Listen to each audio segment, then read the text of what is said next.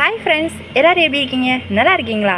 நேற்று பாசிப்பயிறு ஊற வச்சுருந்தேன். நைட்டு அதை முளை கட்டி வச்சுருந்தேன். காலையில் பார்த்திங்கன்னா சூப்பராக முளைச்சி வந்துருச்சு.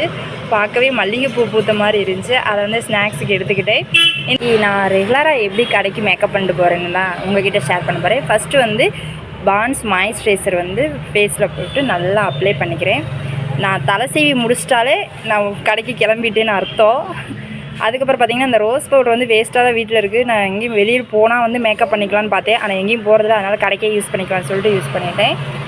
அதுக்கப்புறம் பார்த்திங்கன்னா ஃபைனலாக ஒரு பொட்டு. நான் ஃபவுண்டேஷனோ மஸ்காரா ஐலைனர் எதுவுமே கிடையாது. இது நார்மல் ஒரு ஃபேர் லவ்லி போடுறதுக்கு பதிலாக பான்ஸ் மாய்ஸ்சரைசர் போடுறேன். அதுக்கப்புறம் பார்த்திங்கன்னா பவுடருக்கு பதிலாக இந்த ரோஸ் பவுடர், அவ்வளோதான். அதுக்கப்புறம் பார்த்திங்கன்னா ஒரு பொட்டு வச்சு சந்தனம் பேஸ்ட்டு பூசிட்டா சூப்பர். ஃபைனலாக என்னோடய ஹேருக்கு ஒரு பிளாஸ்டிக் ரோஸ் தான் வச்சு கிளம்பியாச்சு.